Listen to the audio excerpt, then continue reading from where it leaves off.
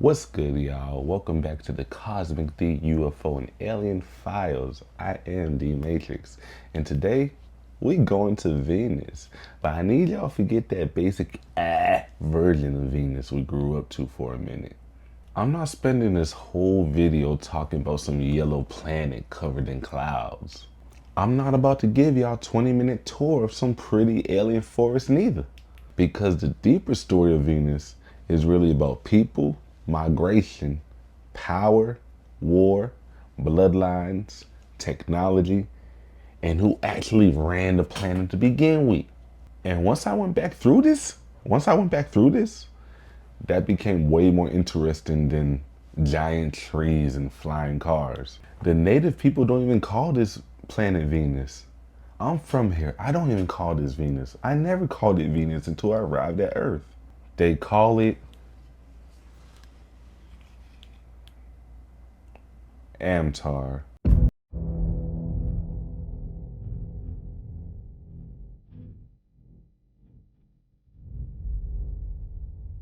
Before the Aldebarans pulled up, and before Ashtar Command get involved, and before the Reptilian Alliance, before Valiant Thor, Amtor already had people. The original people of Venus were described as Nubian, and that's where we need to start. So get comfortable, buckle up, let's take a ride. Here's what people miss when they start talking about the Venusians. Valiant Thor wasn't the beginning of the story. The Aldebarans wasn't the beginning either. Amtor already had an original population now. They were described as the Nubian. They were spread through the hemisphere of the planet. They had different cultures, different tribes, different ways of living.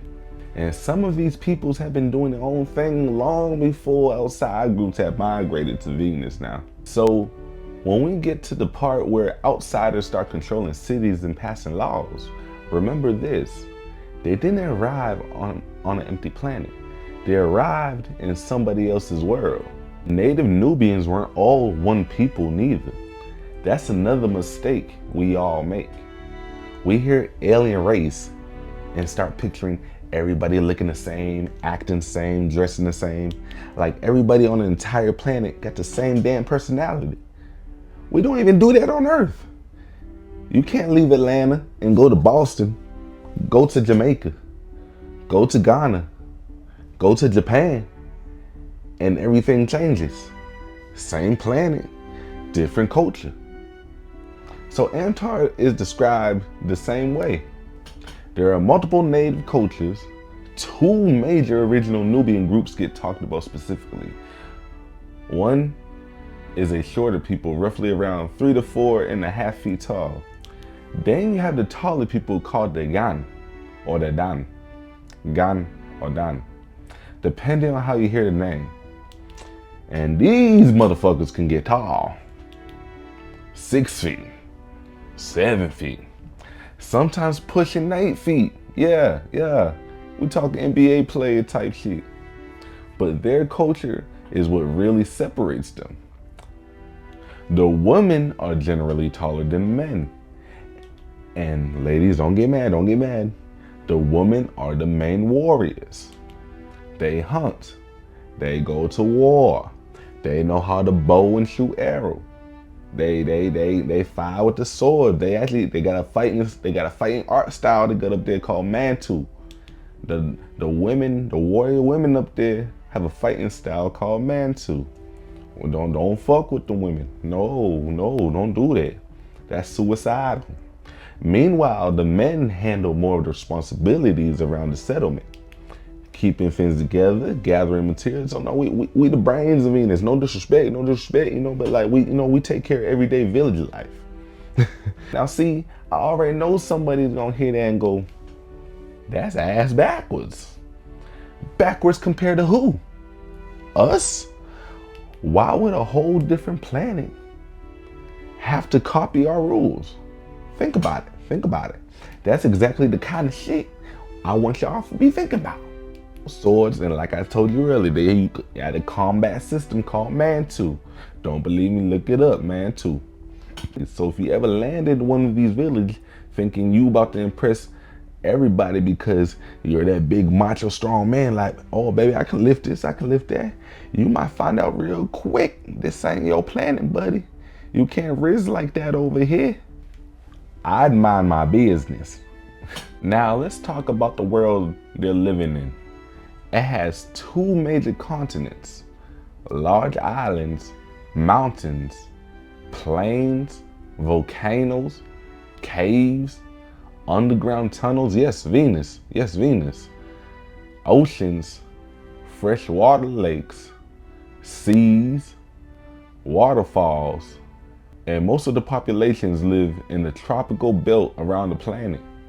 The atmosphere is also described completely differently from what we've been taught. You got two thick cloud layers surrounding the planet, one low and another way higher up, like way high up there. And those clouds basically help shield and regulate those parts of the environment underneath them. Then you got the vegetation, and this is where Venus starts showing off. Some trees on Amtor is described as reaching around 1,000 feet tall, and people hear that number and don't really process it all the way, because remember, we're talking about a whole different world, a whole different dimension, so comprehension is kind of hard to comprehend.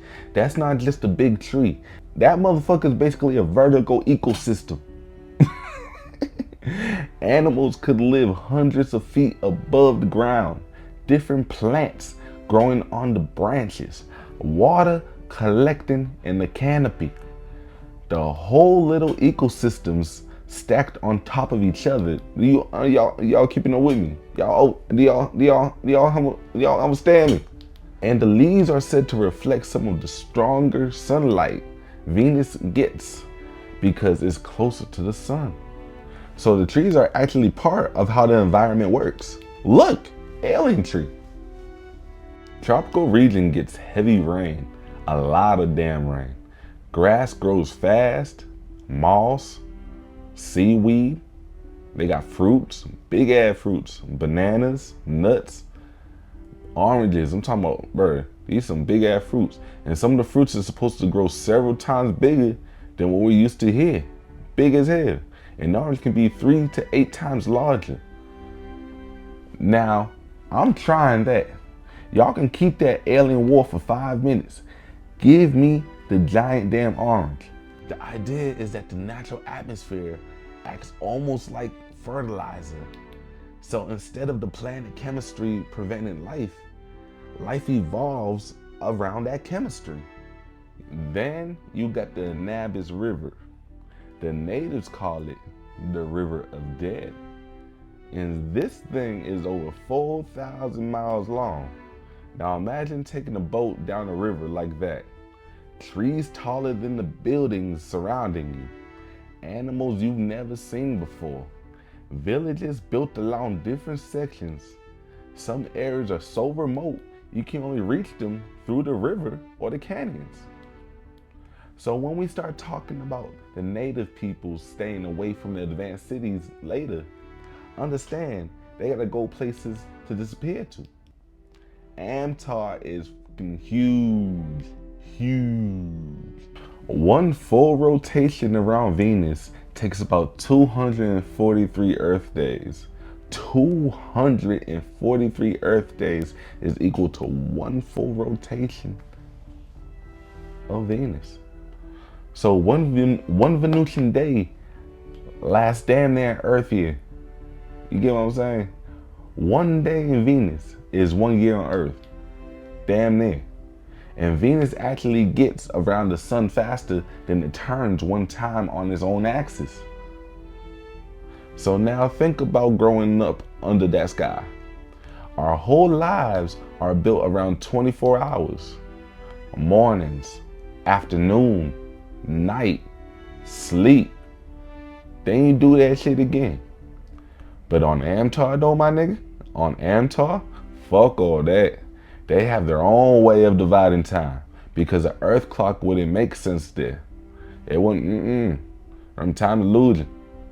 If somebody on Venus tells you, I hit you tomorrow, you might want to ask for clarification.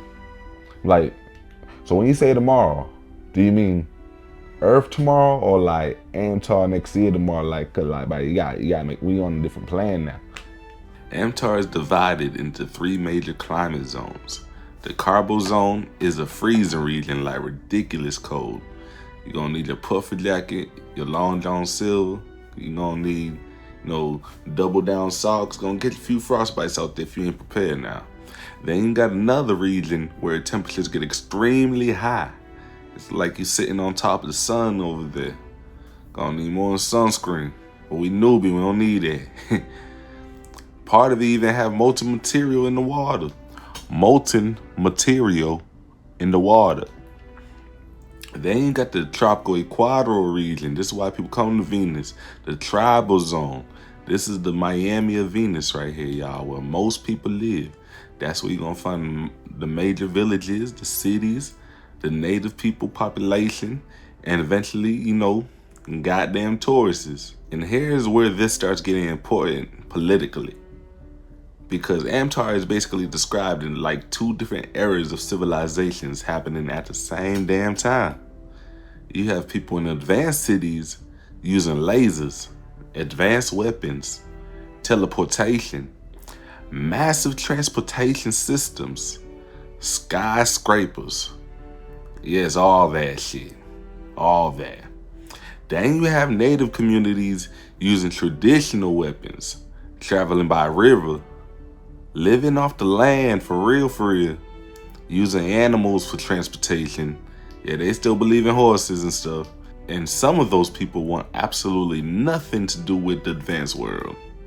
Some of the native Nubians on Amtor straight up reject technology. And I know that sounds crazy, right? It sounds crazy at first. Who wouldn't want teleportation? Who wouldn't want better transportation? Who wouldn't want futuristic cities in general? But technology isn't the only thing that showed up. Outsiders bringing in the technology was a problem. The outsiders bringing a whole lot of technology and also started gaining political power. Then the laws started changing. The culture started changing. Then outsiders started deciding how the natives are supposed to live. So imagine somebody showing up with an iPhone 40 and saying, look how advanced we are. Then 3 years later, that same nigga try and tell your family how many kids y'all allowed to have. Keep that damn phone. We don't want it. We don't want it.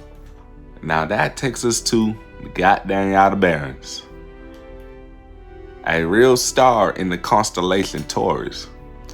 It's the bright reddish star around the bullseye. And in this story, a population from the region ends up coming to Venus. Not as conquerors at first, as refugees. And that part matters because now the story becomes migration. You got one civilization that's already there and another civilization that lost or left its original home and needs somewhere to go. So some Aldebarans are described as agreeable, some damn sure disagreeable. So again, don't think one race equals one personality. They got factions too, my boy. Aldebarans didn't originally come to Venus as rulers, y'all. No, They came as refugees. That's a completely different story. Because the Nubians was already living on Amtor. Remember that. They already had villages, they already had cultures, they already had different tribes. They held down different territories, all that good stuff. Aldebarans settled into an already populated planet. Some integrated and was like, you know what, I fuck with y'all. And we fuck with them. Some Nubians even adopt parts of the Aldebaran culture. So we fuck with each other. But other Nubian groups want absolutely nothing to do with them niggas. And eventually, that disagreement became way bigger than the culture.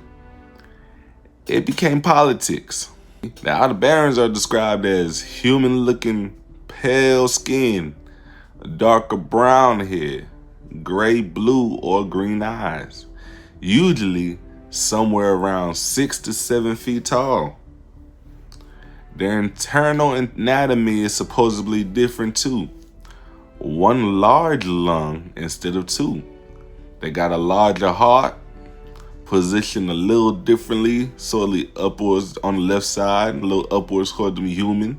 See, our humans on the left is a little more upwards and a little larger. And some later genetics lines, they can even get taller.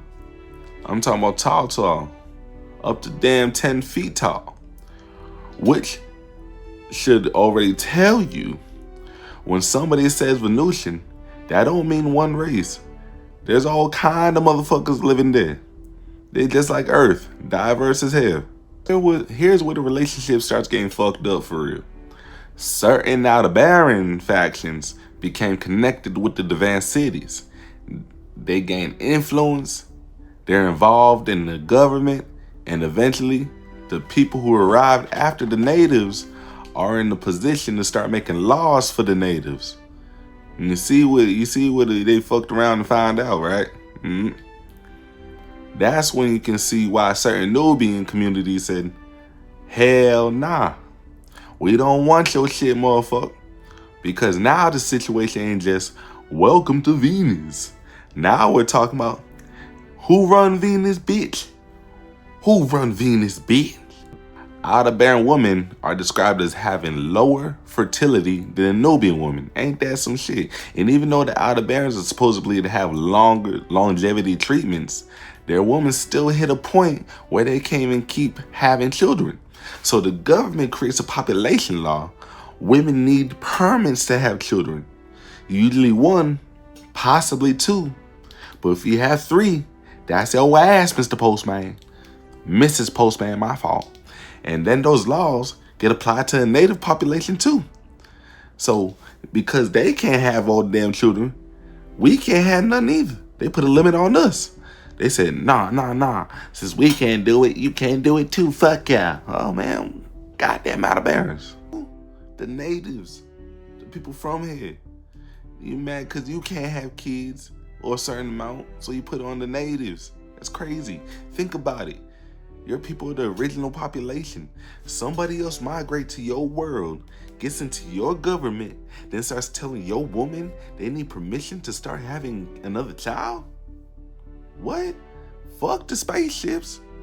That's population control. That means somebody's controlling who gets born, which families grow, and what the future population of Amtor eventually looks like. That's power. Communities do not get along with that shit at all. Some assimilate. Some live inside a new system.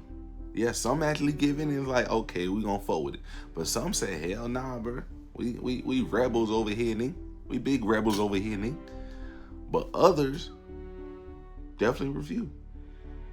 They stay in a remote area. They keep traditional culture. Some move underground. Some remain armed. Some become openly hostile towards people associated with the new ruling system. And this is where you can't reduce the conflict to. Primitive people don't understand technology. Nah, they understand exactly what's happening. Their issue is who controls the technology. What comes with it? What's the intentions? You feel what I'm saying? Like, you know, people be conniving, people be trying to finesse. I grew up in the city with the city of finesse. I'm from Georgia. So like people finesse out there. If I give you something nice, motherfucker, that don't mean I'm trying to be nice all the time. That mean I'm trying to get something out of you. And this is where this shit get bigger than Aldebarans versus Nubians. Because the disagreeable Aldebaran factions apparently has powerful allies. Yes, the reptilian forces. And according to the Venus history, according to Amtor history, the disagreeable Aldebaran faction eventually overthrew the capital with help from the reptilian overlord.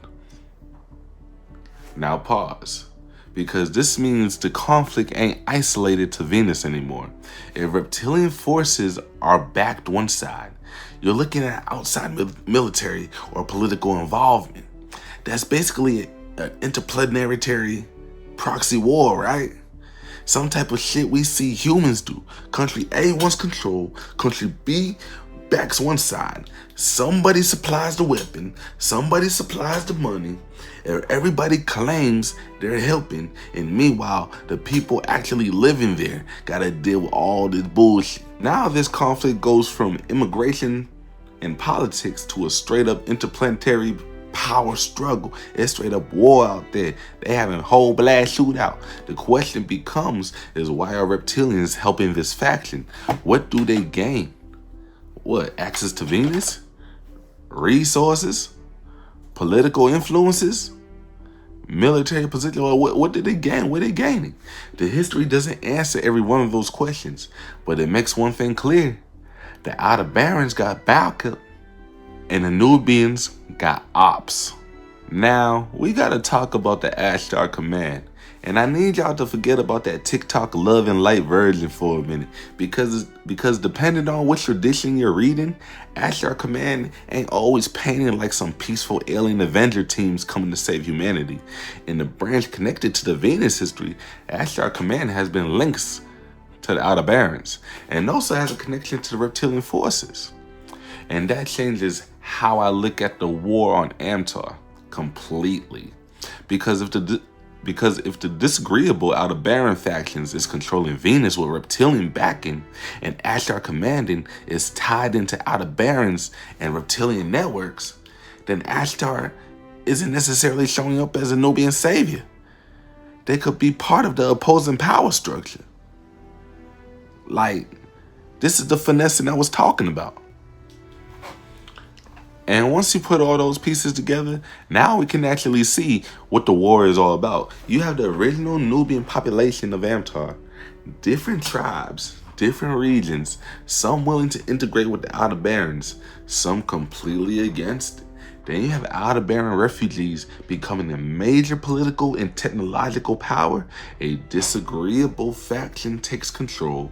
Reptilian forces get involved. Ashtar Command is tied into that larger Aldebaran reptilian network, and the native resistance keeps fighting to preserve their way of life.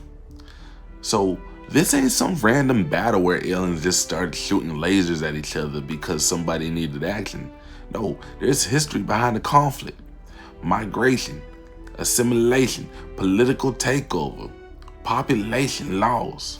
That's a whole ass geopolitical situation. And while all this fighting and politics is happening, people are also mixing genetically. The Aldebarans have children with the native population. New mixed bloodlines developed. Then other genetic programs started producing taller variants. Some connected with the tall whites. Some reaching around 10 feet. And after enough generations, shit ain't even clean cut anymore. Ain't nothing pure. Like, think about it. You might have a family, one side Nubian, one side Ashtar Command, one side Aldebaran, one side reptilian. We ain't pure. You got so much shit in you. Your cousin in it, somebody else living in Aldebaran control city. You feel me? You might have you probably got a cousin on Jupiter, got a cousin on Mars. You got so much shit going on. You only look at Earth. And according to history, the disagreeable Aldebarans factions unfortunately eventually became the dominant political power of Venus. That does not mean the native population disappears. They're still there. But traditional communities do still exist. Resistance still exists. Agreeable Aldebaran still exists, surprisingly. A whole lot of mixing population. That's like 80% of Venus. Hybrids. Different territories. But the group holding the strongest political position, though, is the disagreeables. The Aldebaran factions. Do me a favor, hit that like, hit that subscribe, hit that follow, hit that hype button. Keep me going, keep me in the algorithm. And until next time, but one more advice, y'all. Keep looking up. This is Cosmic Dee, UFO and Alien Files. Files closed.